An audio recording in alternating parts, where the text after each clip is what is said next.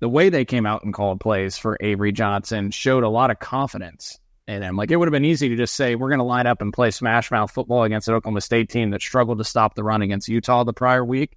We're going to run it down their throats. Instead, K-State came out pass heavy, which I think showed a ton of confidence in their quarterback to bounce back from the BYU game. And I think that's a good coaching move because it instills that confidence that, hey, we believe in you. You're our guy. We think you can get this done, and probably helped open up the running game even more as the game went on. Thanks for listening to KC Sports Network, proudly presented by Emprise Bank. If you're thinking about starting a business or know someone who is, check out Emprise Bank's SBA loans. It's always good to know your options, and they can be your partner in possible. Hi all, and welcome to another 3-Mall bonus edition. I'm your host, Cole Manbeck, joined by Curry Sexton, former Wildcat Kansas State wide receiver and partner over at Wildcat NIL, and we are here to recap a dominant 42-20 victory over top 20 Oklahoma State on Saturday in Manhattan. A really fun day. And look, I'm not going to bury the lead here.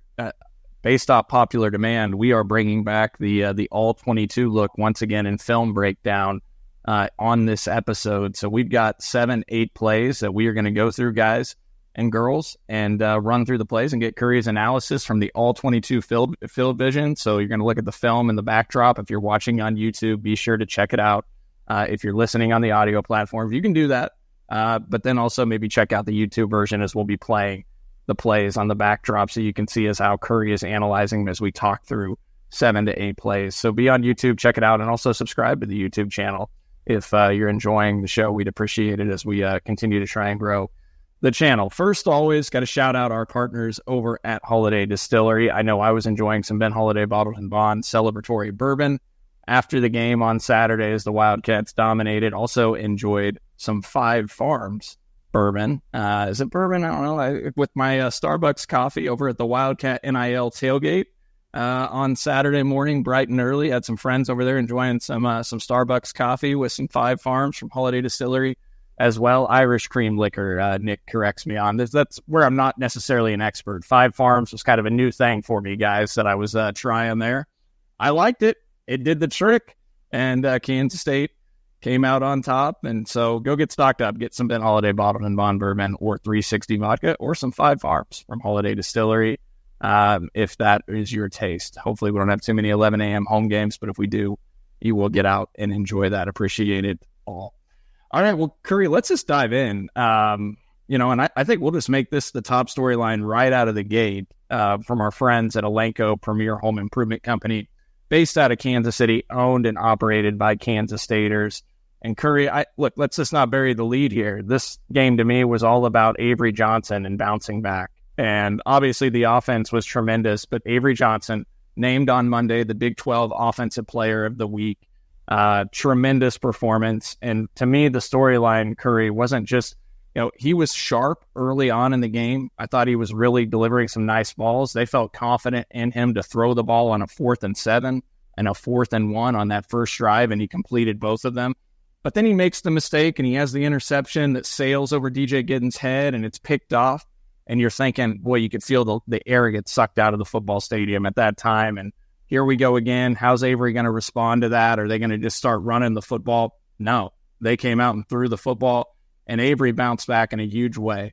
From that interception on, 10 of 16 passing for 169 yards, 10.6 yards per pass, 3 touchdowns, no interceptions, 4 carries, 49 yards on the ground, and the stat line would have been even better if not for an OPI that took away a 36-yard gain by Jace Brown. And then also a couple drops, a couple really potentially catchable balls that would have been big plays as well. Just how encouraged were you by the performance of Avery Johnson, and how impressed were you by how he bounced back after that pick? Incredibly impressed, to put it mildly. Not only his ability to bounce back from the BYU game to this game against Oklahoma State, but also, like you said, his ability to bounce back within that game. The early part of that game had a BYU type feel to it. Obviously we take an early lead, drive down the field, score a touchdown. They go down, kick a field goal. And then we give up big play touchdown, 77-yard pass. We're down 10-7. And then boom, very next play, Avery throws a pick. And you're sitting there thinking, oh no, here we go again.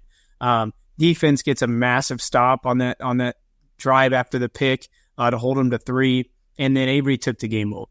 And so I was super impressed with his ability to bounce back from the BYU week, but I think I was even more impressed with his ability to bounce back in game after he made that errant throw to DJ that led to the pick and to really dominate the football game and to look like the player that I think everybody envisioned him being, throwing the ball all over the yard, making great throws, making great reads, going through his progressions, and then running the football, not running it a ton, but running it here and there and running it super effectively.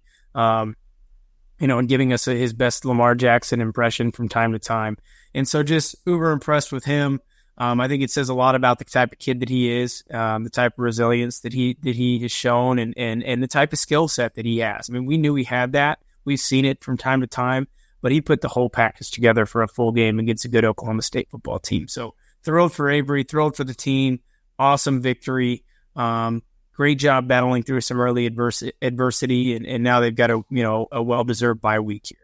Yeah, and I want to expand on Avery here in just a moment, and again, we'll get to the all-22 look where you can see some of the plays that he made and what you're seeing on the field. But I also have to remind everyone, I know our guys over at Elanco were enjoying the performance by Avery Johnson on Saturday. In fact, I was texting with them a little bit after the ball game against Oklahoma State. And got to remind all of you, in an industry where many of the home improvement companies have been bought up by private equity, Elanco has remained locally owned by terrific K-Staters since they started in 1986. Like I said, they're based out of Kansas City. They'll come to you for any of your home improvement needs, whether you're in Western Missouri, KC Metro, East Kansas. They'll come to you. Topeka, Manhattan, Emporia, you name it. They'll come to you. Lawrence even. They'll probably go to our friends over in Lawrence if you need some home improvement needs, whether that be premium window replacements, bathroom remodels, including the Kohler Luckstone shower system, door replacements, siding on your homes, much more.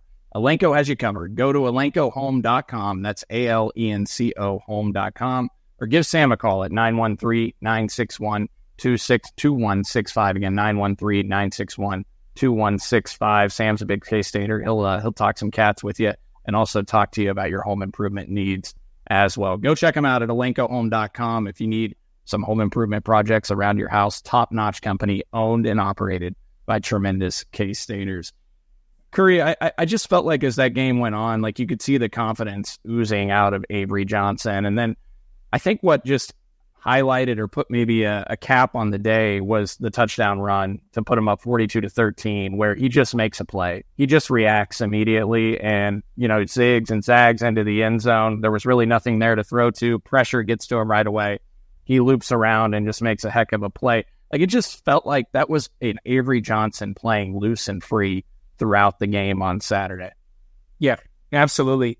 I think, there's probably less than 5 quarterbacks in college football who could make that play. And I think you're right. That was Avery playing loose and free. He sees that blitzer coming off the edge before the blitzer really comes into his full vision, into his full sight. Makes a crazy move to set that defender up to miss a tackle, or miss a sack opportunity, and then rolls out. Puts the pressure on the defense by using a great pump fake that gets one of the DBs on our flat receiver to take the bait, and then walks into the end zone. And you could tell after that play, based on his celebration, how geared up he was by that play, and knew that it was a special play that he made. And I think, yeah, you're right. I think he was playing loose and free, and I think that play is it just shows the dynamic that Avery Johnson brings to the table that very few quarterbacks can bring. Avery, Jalen Milroe, maybe the only 2 quarterbacks in college football who can make that type of play, and also dice defenses up through the air. So huge play, great, just huge football IQ on that play, and just excited for Avery to be able to make that happen. I also want to talk about the running game, Curry, and this is the 5th straight game. They played 5 games. This is the 5th time that they ran for over 200 yards on the season, and they rushed for 300 on 34 carries against Oklahoma State. And I've just been blown away by their ability to run right now they're averaging 6.9 yards per carry. It's the second highest in all of college football, behind only Boise State. Ashton Jeanty is the best running back probably in college football, and DJ Giddens might be right behind him with the way that he's running the ball now, averaging 7.3 yards per carry with 604 yards on the season. DJ obviously was tremendous with 187 yards on 15 carries, the 66-yard touchdown run. This running game has been phenomenal. The 6.9 yards per carry are on pace right now to shatter the school record for yards per carry in a single season. The record is 2016 season when they averaged 5.27. They're at 6.9 right now. How impressed have you been by Connor Riley, the offensive line, replacing so much up front? We had questions about how they would replace these guys. They're running the ball arguably better than they have at any time during the Chris Kleiman era. Just what has impressed you about the running game and the offensive line play we've seen so far? Yeah, I think it's just what you said. I mean, it's taking all of those factors and then mixing them together for a large amount of success early in the season. It's taking a new offensive coordinator who's undoubtedly spending less time with his position group because of his new role, and then taking a whole new group of offensive linemen and in most cases, mixing and matching 7 of them throughout the course of a football game and finding ways to be successful and to create running lanes for Avery and Dylan and DJ and even a little bit of Joe Jackson as we saw on Saturday. And so super impressed with them. Obviously, DJ Giddens has taken his game to an entirely new level. And we're seeing him just break plays commonly where it doesn't appear that there's a play to be made. And instead of, getting 6 or 8 yards, he's getting 35 yards. And so just been incredibly impressed with DJ. I mean, just when you think that guy is about as good as he's going to get, he gets even better. And so impressed with DJ and Avery and Dylan and the rest of that crew. Really impressed with the offensive line group up front. I thought that was their best effort by far on Saturday so far this season. And then really impressed with Coach Riley. Obviously, he's got a huge new role that he's taken on and is still managing to develop his guys in his room and also call a really good football game and from the booth. Yeah, it's been terrific. Just a couple numbers on the rushing attack. K-State now has 43 rushes of 10 or more yards through 5 games. That's tied for number 2 in the country. They have 13 rushes of 20-plus yards. That's number 5 nationally, and they're number 2 in the country with 8 rushes of 30-plus yards. And look, DJ Giddens was already one of the best running backs in college football in 2023, but where he's taken an even bigger step is the explosive plays, Curry. Now, this year so far, he has 6 carries of 30-plus yards through 5 games. Only 2 players in college football have more. But what makes that even more impressive is 6 carries of 30-plus yards so far this season. He only had 4 of 30-plus last year. He's already 2 passed beyond that in a 13-game season last year. And he has 3 rushes over 40 yards. Last year, he had 1. So just the home run type potential, and we'll show the 66-yard touchdown run when we go into the all-22 here. But, his ability to make guys miss and then outrun guys. He's faster than he looks. I kind of liken it to Curry. Obviously, he's faster than Patrick Mahomes, but Patrick Mahomes always just has just enough to outrun the defender when you don't think. And against Oklahoma State, we see it. Like, you're like, oh, he's going to get tracked down. And he has just enough to get in the end zone. An incredible talent and all-around complete running back has been tremendous. And shout out to the tight ends, too. They blocked really well on Saturday. Look, Will Ancio, redshirt freshman tight end, shout out to him, got his first touchdown catch. And he's got a really bright future, but he played 30 snaps in this game, I believe. Pro Football Focus graded him as the 3rd best player for K-State on Saturday. So that shows that he was really blocking out there and had a really nice game. He's got a really bright future. K-State's tight ends blocked well. The offensive line was impressive. K-State's offensive line, this is for KSU_fan on Twitter. Jimmy, the KSU offensive line is number 2 in the country with 3.93 line yards attributed to them per carry. That means the offensive line is largely the reason for, getting 3.93 yards on the 6.9 yards per carry average you're getting. So offensive line has been tremendous. All right, when we come back from break, we're going to toss to a break real quick, but when we come back, we might talk just a couple more minutes on the game, and then we're going to get into the all-22 film version. But first, before we go to break, we got to tell you about our friends over at Home Field Apparel, premium college apparel brand based out of Indianapolis. Home Field has some of the best K-State apparel you're going to find anywhere. Look, I saw a ton of Home Field gear around Bill Snyder Family Stadium on Saturday. They've got 55 K-State items to choose from on their website at homefieldapparel.com. Retro t-shirts, retro hoodies, sleek, comfortable designs. They've got several hats on their website as well. So go check them out. All the great things they got over at Home Field Apparel. Over 100 colleges to choose from. But again, over 50 K-State items on their website, and you can score 15% off when you enter discount code 3MAW24 at checkout. 15% off your entire order with discount code 3MAW24. Go to homefieldapparel.com and check out all the great things they have there for Kansas State. Looking for tickets for your next event? Tickets for Less is your number one source. Save big on every purchase when you use promo code KCSN at ticketsforless.com. Whenever I discover something new, like a TV show or a book or a movie, the first thing I want to do is share it with my friends. And that's exactly what it felt like when I discovered that with Mint Mobile, you can get premium wireless service for just $15 a month when you purchase a 3-month plan. It was such a good deal, there was no way I could just keep it to myself. So friends don't let friends overpay for wireless. You can say bye-bye to your overpriced wireless plan and switch to Mint Mobile for just $15 a month when you purchase a 3-month plan. All plans come with high-speed data, unlimited talk and text delivered on the nation's largest 5G network. And if you're worried about bringing your own phone and your contacts, you can do all of that when you switch to Mint Mobile. So ditch overpriced wireless, Mint Mobile's deal, and get 3 months of premium wireless service for just $15 a month. To get this new customer offer and your new 3-month premium wireless plan for just $15 a month, go to mintmobile.com/3maw. That's mintmobile.com/3maw. Cut your wireless bill to $15 a month at mintmobile.com/3maw. $45 upfront payment required, equivalent to $15 per month. New customers on first 3-month plan only. Speed slower above 40 gigabytes on unlimited plan. Additional taxes, fees, and restrictions apply. See Mint Mobile for details. Curry, just a quick note on the defense, because to me, you mentioned it earlier, holding Oklahoma State to that field goal after the interception was so significant. And to me, it was kind of the antithesis of what happened against BYU, where Oklahoma State is probably feeling like they could have taken complete control of that football game at various points in the first 3-4 series of the game, because they had to settle for 2 field goals, which they made, and they missed a field goal all inside the 20-yard line. So 3 field goals, just like K-State had to settle for field goals against BYU. Look, if Oklahoma State punches in a couple touchdowns there, K-State playing from significantly behind, it could be an uphill battle, might have to abandon a little bit more of the rushing attack. So I got to give a shout out to the defense, which held Oklahoma State to 0 points and 9 drives at one point during that game when K-State outscored them 35-0. What did you make of the defensive performance? Yeah, I think it was I think it was a perfect example of bend but don't break. I think is the best way to describe our defense on Saturday. Were they perfect? Absolutely not. I don't think they would tell you that they were. But did they manage to shut down a pretty good Oklahoma State offense for most of that football game? Yes, they did.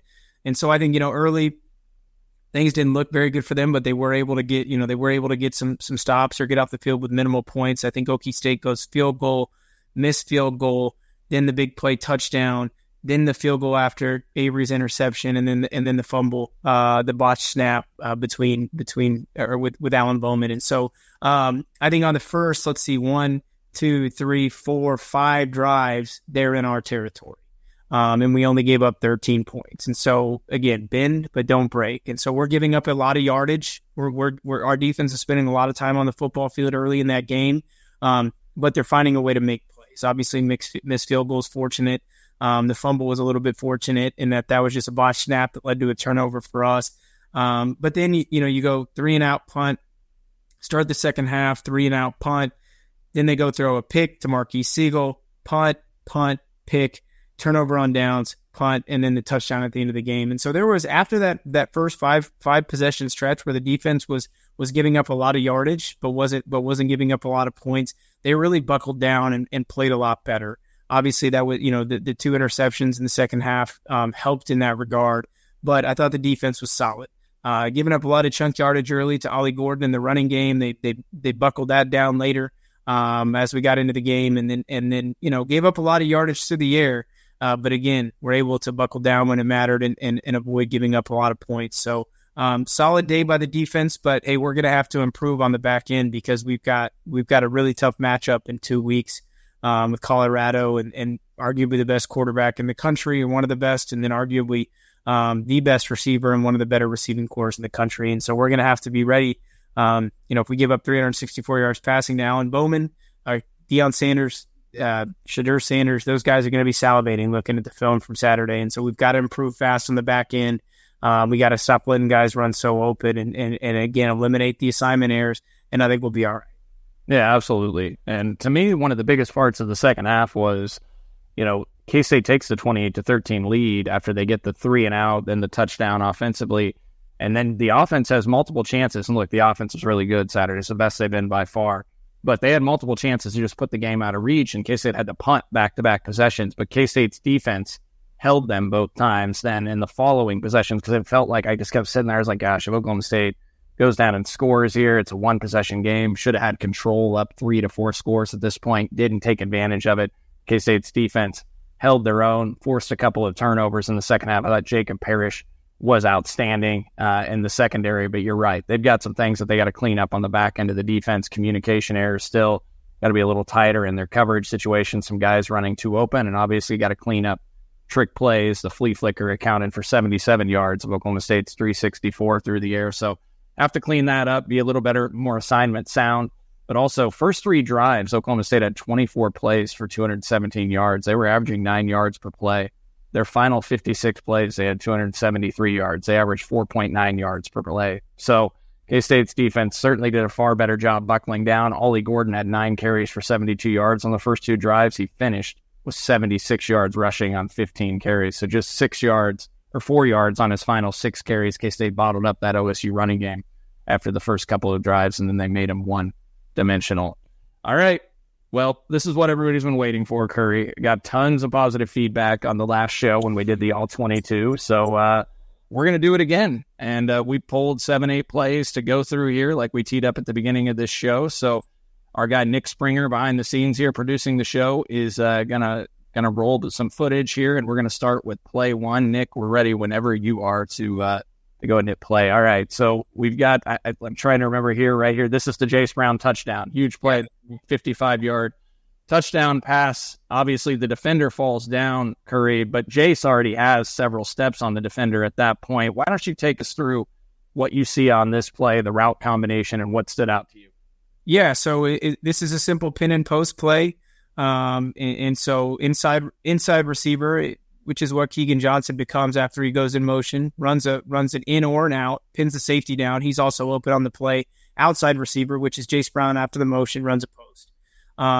It is I think the motion here was brilliantly used for a couple of reasons. One, it obviously creates different leverage for the 2 receivers, and ultimately creates the indirect or unintentional rub that leads to the cornerback falling down. But it also creates a little bit of confusion. Right at the snap, you can see the corner covering Jace Brown as the motion comes inside of him, starts pointing at Jace, like telling his safety or his other corner, hey, I still have this guy. And it leads him to freeze and leads Jace to get a clean release and really torch him off the line of scrimmage. And so great play design, really great release there by Jace Brown, who shows you his speed, his ability to get off a jam and to make a big play. Obviously, Keegan, I think people have noted this on Twitter. Keegan's got to be really, really careful there. As you see him come into motion, he starts inching forward before the ball is snapped. That play easily could have been called back because of an illegal shift. So got to clean that up by Keegan there, by anybody who's going into motion. We've had that issue a couple times this year. At the end of the day, great play call, great execution, incredible release by Jace. And the most impressive thing on this play, other than maybe Avery's awesome throw, is Jace making this catch. The hardest catch in football for a receiver to make is a ball that tracks over your inside shoulder to your outside shoulder. It's one of the only plays in football where a receiver has to lose sight of the ball for a second. There's a perfect photo out there somewhere where you can see that as the ball is hitting Jace's hands, his eyes are completely away from the football. So that's all trust, that's all feel, that's all repetition, hand-eye coordination. And so absolutely incredible catch by Jace. And we get the big play that we've been hoping for. So excellent play here all around. Tremendous catch. Nice pass protection in the pocket. You're right. I noticed on the rewatch, Keegan was inching a little bit forward there and was like, oof, could have been an illegal formation. But I really liked the route combination there, to your point, of having Keegan run that out, right? The timing was really perfect. And you don't get a pick play because it's just maybe, I don't know if his feet got tangled a little bit there or not, but it worked. I mean, Jace had him toasted anyways. Yeah. So either the DB got hit by the turf monster or Keegan, or I believe it might have been Keegan. They might have tangled their feet up. So it worked out great. It became an unintentional pick play. But again, I think Jace was going to score anyways because of his release and his acceleration off the line of scrimmage. That DB was toast for the jump.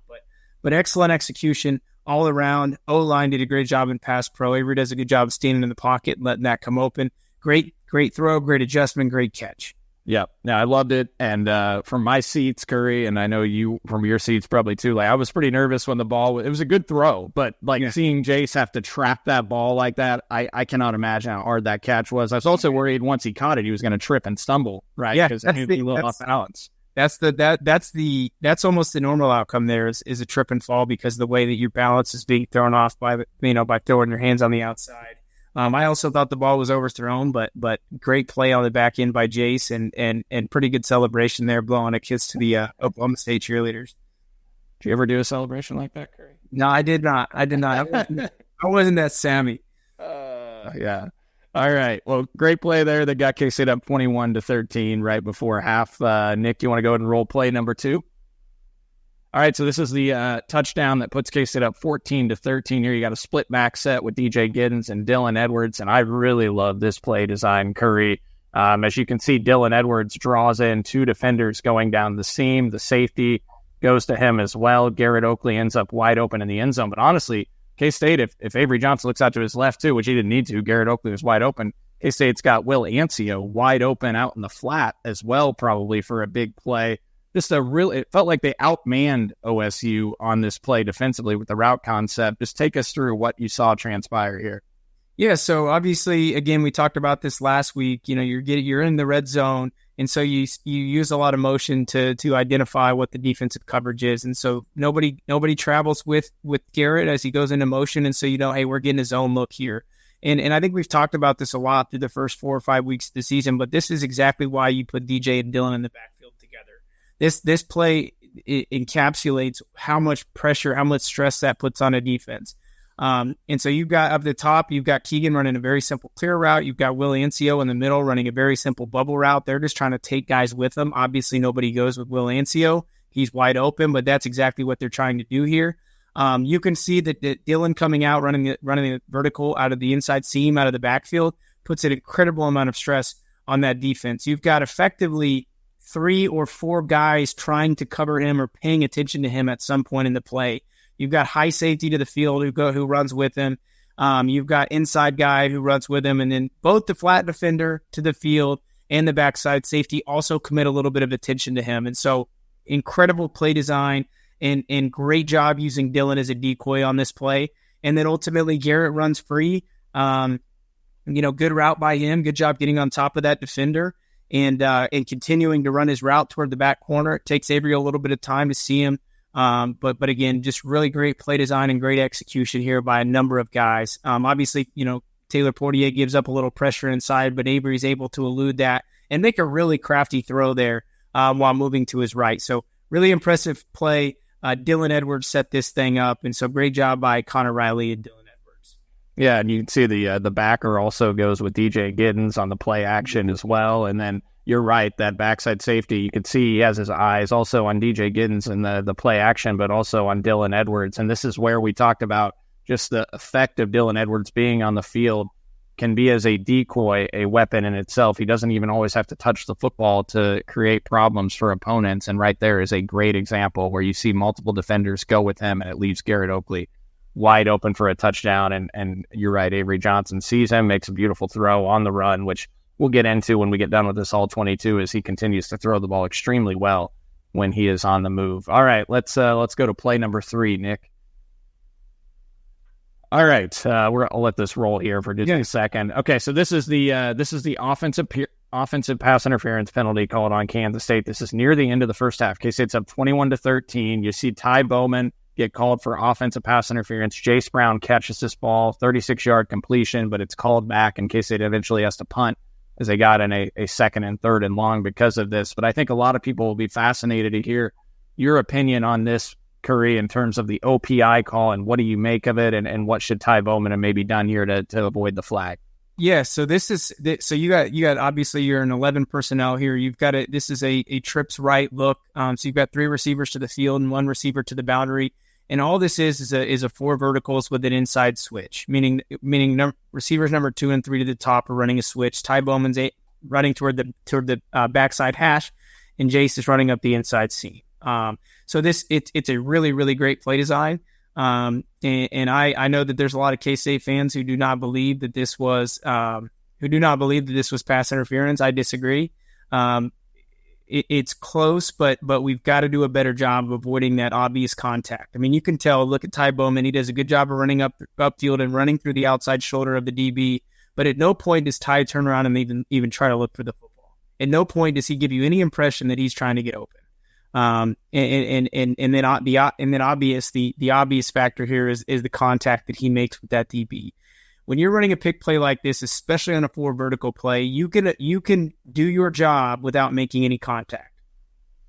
So if he just runs a little bit tighter upfield, a little bit higher on the outside, on the top side shoulder of that DB, and avoids the contact, still making that DB go under the pick without getting contacted, that play ends up the exact same way. And so just got to execute a little bit better. I think, again, this was the right call by the official. Just can't make that contact, because when you make that contact, it becomes obvious. Yeah. But again, I like the route tree combination, right? I mean, Curry, that's a pretty darn good play call, right? Even if he doesn't bump him there, I think he's going to get open, and it's a great play design. I mean, I think we saw a lot of things here that Connor Riley, Matt Wells in this game have implemented from a passing attack standpoint that are getting guys open. I really like what we see here.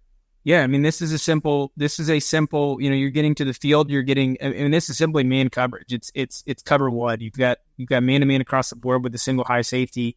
And so using that pick play, essentially, that 4 vertical switch play allows you to create a natural rub.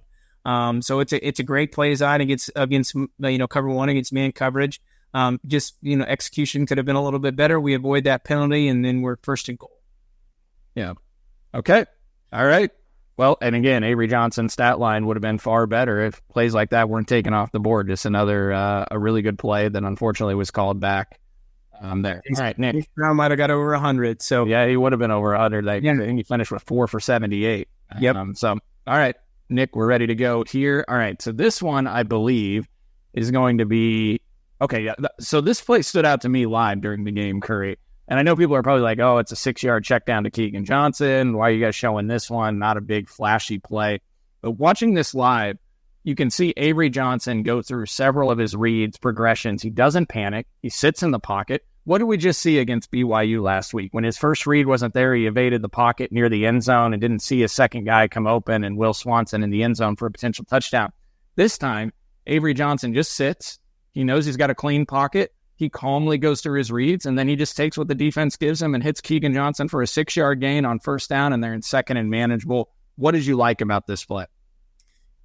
Exactly what you said. I mean, the way that he works through his progressions here, I think I know this was early on. I had the same impression as you. I thought, man, that's huge improvement, huge progression from BYU to Oklahoma State. And so you've got here, you use the motion to try to get ID on the defense. I think we're doing that a lot.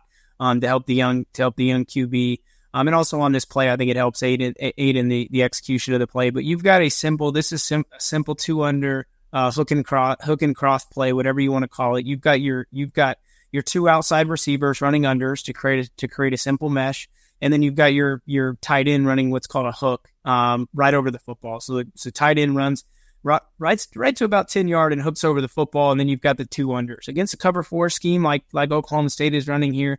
This creates a lot of confusion for a defense because they're trying to pass off a number of different guys running across zones to the next guy, which becomes almost impossible. In fact, it does become impossible for them. And so Avery, knowing that I've got Keegan coming, I've got him coming on the high crosser, and he sits there, he waits on it, he goes through his progressions, he makes the throw. This was a really, really good play by Avery. I thought it showed a lot of improvement, of progress from him from the BYU game. So really impressed here. Again, great play design against a cover 4 defense and great execution by everybody. The mesh could be tighter by the receivers, but it's not man-to-man, so not a huge deal. Yeah. And Curry, I don't know. I mean, it felt to me watching this game live that K-State ran more routes over the middle of the field, more mesh routes, more crossing routes, short and simple throws, slants, etc. Did you feel that way with the route combinations? It felt like they worked the middle more in this one. I agree. I thought that to myself as well there in the first half of that game. Just we're working the middle more, which I think helps Avery. I think especially some of those short crossers or some of those slight routes, easier throws for a quarterback. He gets to see his receiver's chest, and the field is a lot more condensed on a throw like that. So really like the use of the middle of the field, the use of the short intermediate route concepts. Yep. All right, Nick, I think we're ready for the fifth play here to take a look at.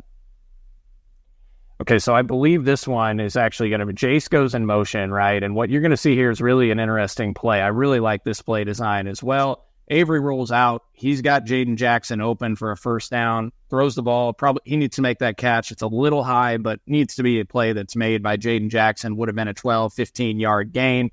He's open here as Avery delivers a throw on the run.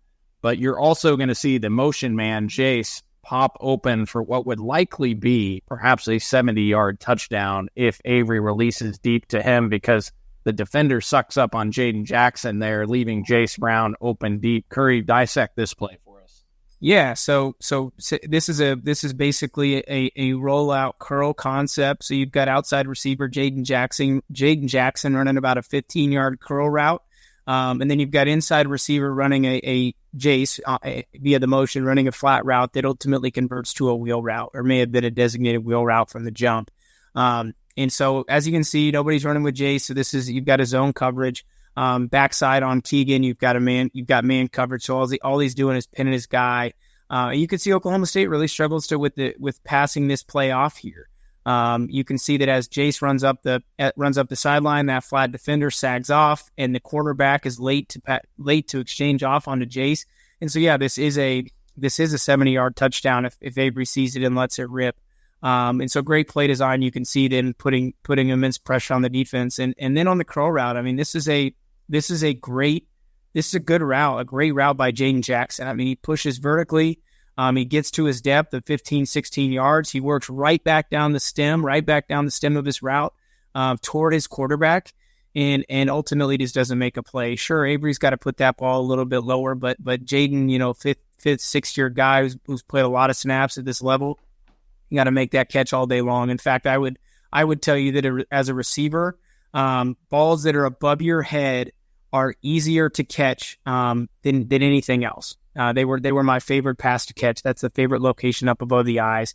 And so got to make this play here by Jaden. Great job by Avery rolling out, squaring his body, making a really good throw. So again, good play design, good execution. Should have been a first down, could have been a touchdown. As I look at this again, Curry, one thing that I also notice once again is Dylan Edwards draws two defenders with him.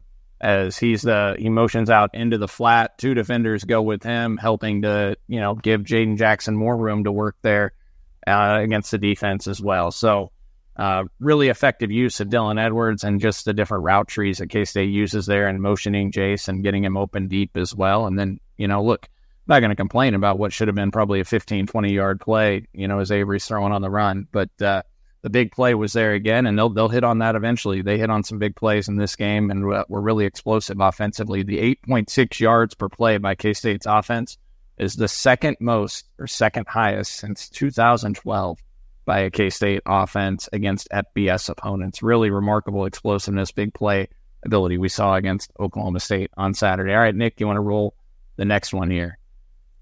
All right, I'm going to let this go here first. Oh, this is DJ Giddens' 66-yard touchdown run. And I know we focused a lot on the pass, obviously, because I think that probably interests a lot of people. But look, in a game where you rush for 300 yards and with an offensive line paving the way for the second-best rushing attack in America through 5 games of the season right now, we got to give some love to the offensive line and the rushing attack here as DJ Giddens burst out with a 66-yard touchdown run. And what you're going to see here, guys, is you're going to see Easton Kilty actually does a really nice job right here. So Easton Kilty, and Curry, I'll let you break this down as well, but Easton Kilty is the left tackle And what you're going to see him have to do here is he's going to have to block down to get to the D tackle. Now, that's a long reach for him to try to get to the inside shoulder of the defensive tackle there.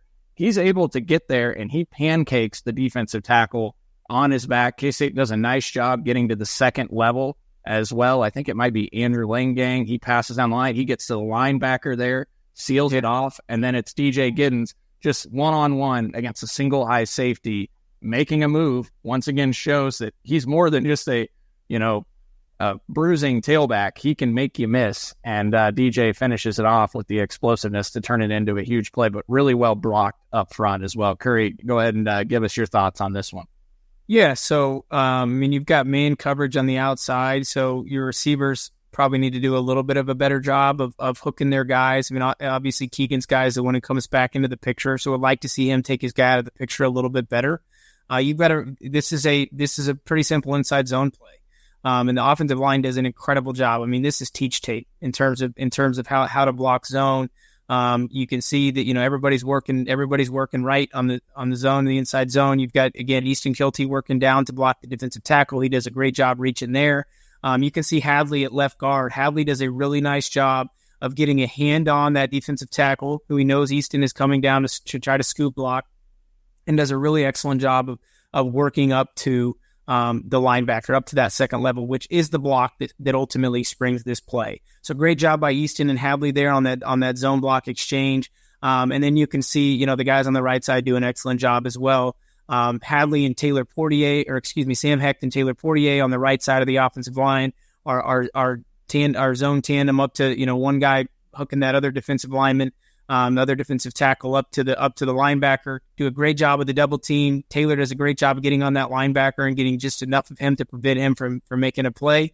And then, of course, Carver Willis outside, who's probably, his block is probably least significant, but again, does a good job of getting inside on that guy and completely taking him out of the picture. So it's excellent blocking, excellent execution. Great job all around by the guys up front. Obviously, good coaching there on the part of Connor Riley and Drew Little and everybody else in that offensive line group. And then you just see, one of the best running backs in the country doing what he does. We talk about his ability to run guys over, and even to run past guys to some degree and to catch balls out of the backfield. What I think is underrated in his game is his ability to make guys, really miss and really look bad at doing so.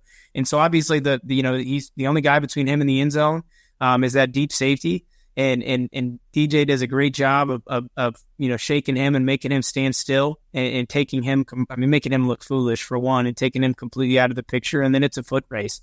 Obviously, the outside corner, I think, does a pretty pathetic job of trying you could tell he's trying to strip the ball from DJ instead of making a tackle. And that aids in DJ getting into the end zone. But again, I think another facet of DJ's game, and that is that his speed is underrated. So great job by him making a guy miss and getting off to the races and getting into the end zone. Excellent job by the guys up front making this play possible. Yeah, and you're right, Curry. That was Hadley Panzer, left guard, actually, not Andrew Langang, that got to the second level backer there. And Carver Willis, again, not as significant of a play, but does a really nice job just shoving his guy out of the way. Really well blocked. And to be candid with you guys, we probably could have pulled 10 more running plays that were just tremendously well blocked and ran through them.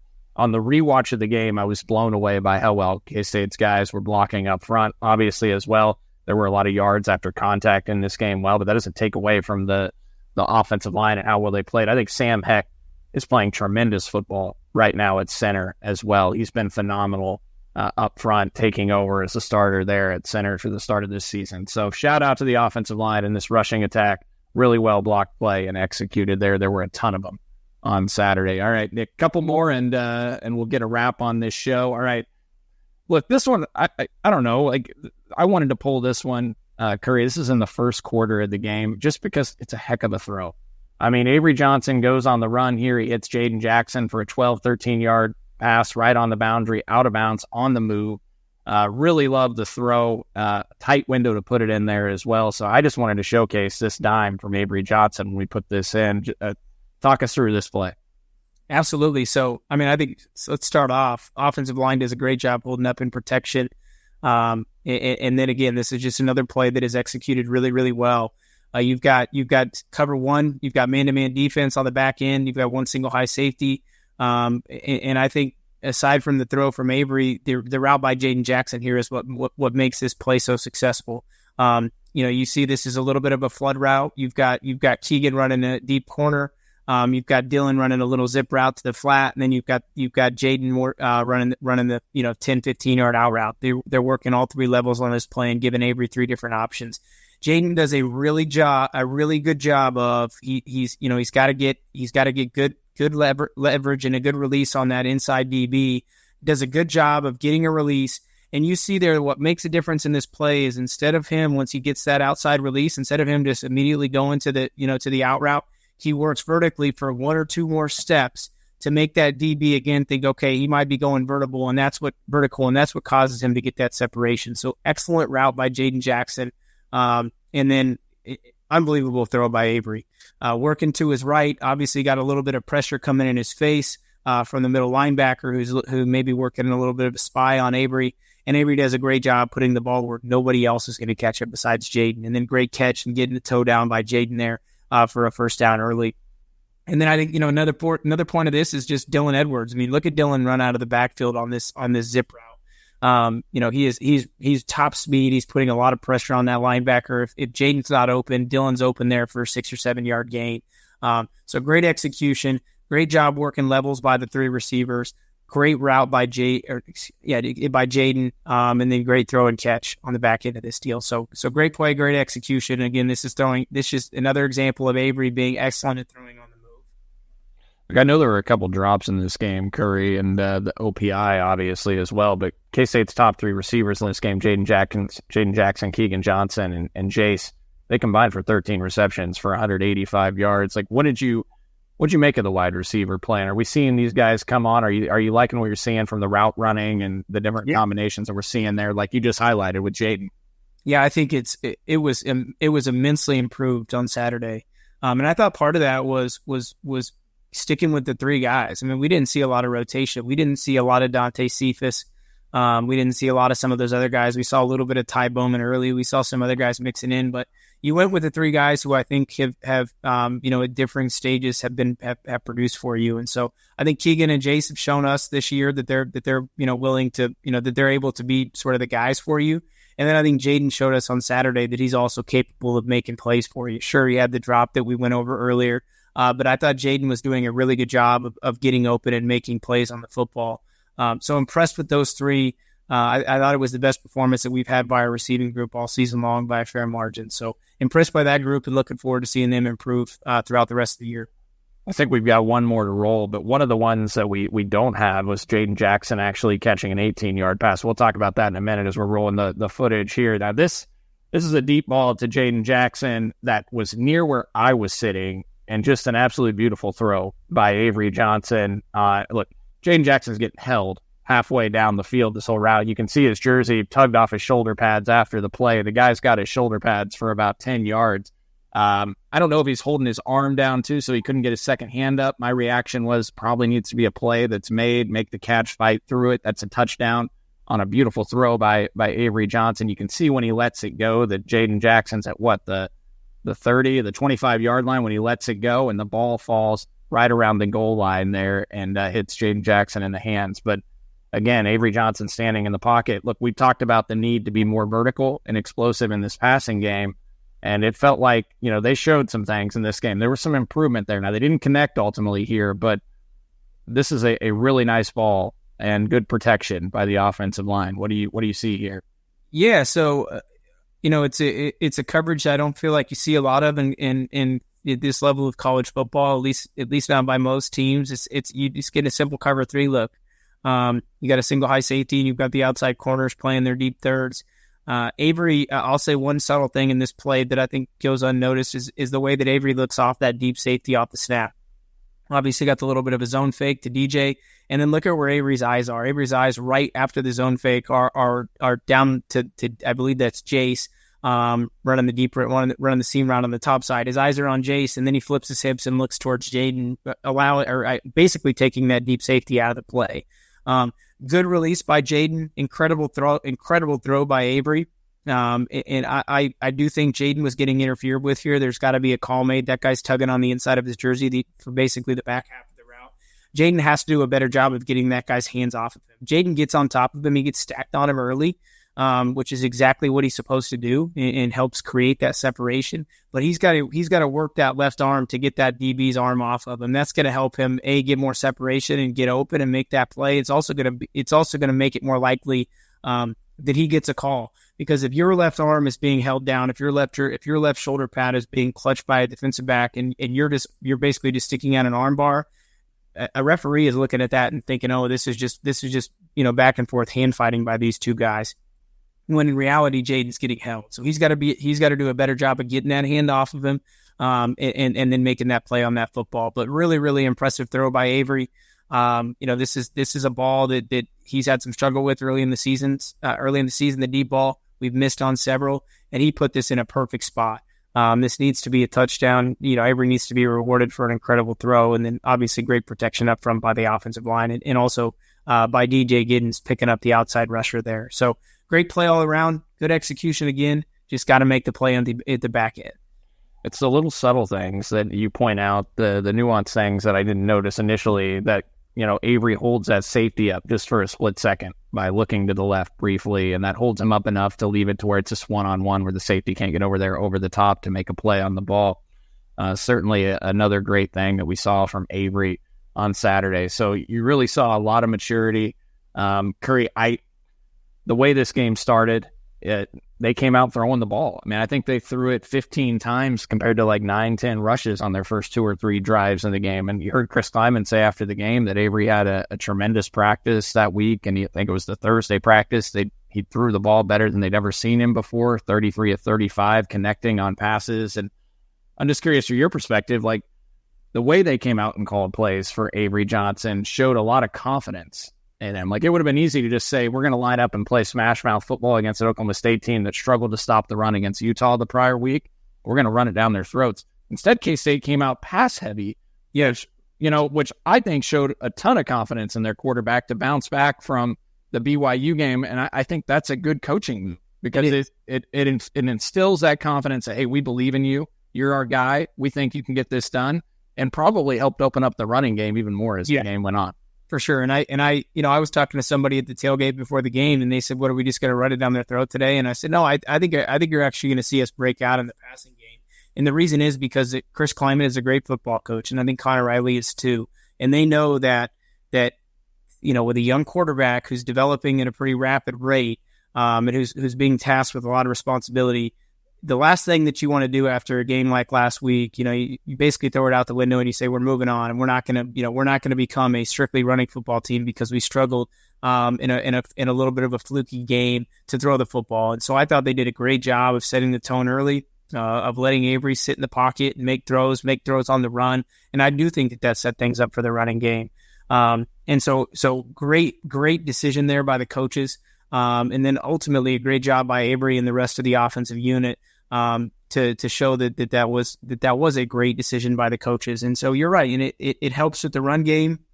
It helps with a lot of things. I mean, I think it puts a lot more on tape for future opponents to look at and to feel some concern about.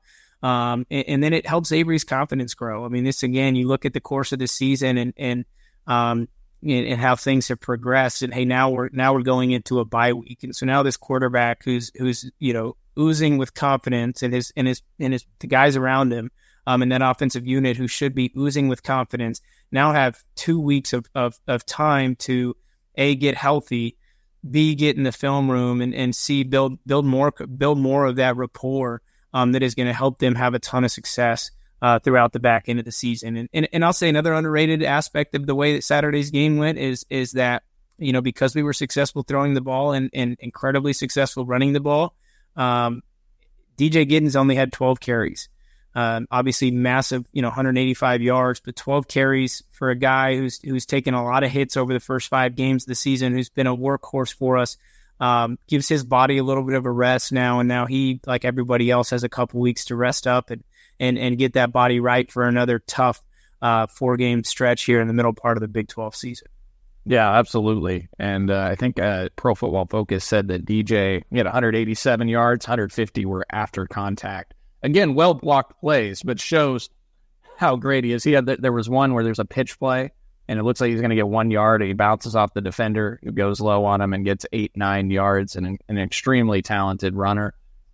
Good blocker as well, good pass catcher. He's the complete do-it-all running back. I mean, we didn't even talk about the first touchdown of the game that was called back due to an illegal formation, Curry, or illegal shift because the guys weren't set at receiver before the ball was snapped. But DJ Giddens puts the linebacker on his butt, and that's what made it a touchdown for Avery Johnson. Unfortunately, it was called back, but he is an all-around talent running back, one of the best running backs in college football, top 5 in yards per carry right now in the country, top 5 in yards after contact in America. He is on pace to set some records at K-State and be one of the best running backs to ever play here, which is saying something for a program that's had a ton of really talented running backs. So he was tremendous, all-around great performance, and we'll be back next week to preview Colorado. We won't have any film breakdown probably for anybody because there's no game to go over, but we'll be back doing this again the following week, hopefully with some more positive plays from the Colorado game in Boulder. Going to be a late one, 9:15 p.m. Central Time kick, unfortunately. So we're going to have to stay up late again, and so we'll be back that week. We'll be back next week to kind of preview the game. Probably won't be quite as detailed, but will be a lot of fun to preview what will be a huge matchup against the Buffs in Boulder as K-State hopefully continues to build momentum and continue to get better. Thanks to Curry for doing this. This is, again, a ton of fun for me just to sit back and soak up the knowledge from you like a sponge, and I think for a lot of our listeners who love to hear from you from your perspective on this, get on over to catsnil.com, support Wildcat NIL, sign up for the membership program. I met several people that listened to the show and said they signed up at Wildcat NIL after they heard about it on the show. So go check it out. Get signed up for the membership program and then go join us at the Wildcat NIL tailgate each and every home game. You're not going to want to miss it. It's a ton of fun. Cooper Beebe stopped by. Gabby Gregory stopped by this weekend when we were hanging over there with our friends. Tons of great cats over there with great food. Breakfast tacos were on hand. They were a delight, and also plenty of drinks to be had over there at the Wildcat NIL tailgate. So go join catsnil.com, sign up for the membership program, and then also support Home Field Apparel and our guys over at elencohome.com, and then Holiday Distillery. As always, Curry, appreciate you, man. Appreciate Nick Springer behind the scenes producing the show, and want to thank all of you for listening to another episode of 3 Mall.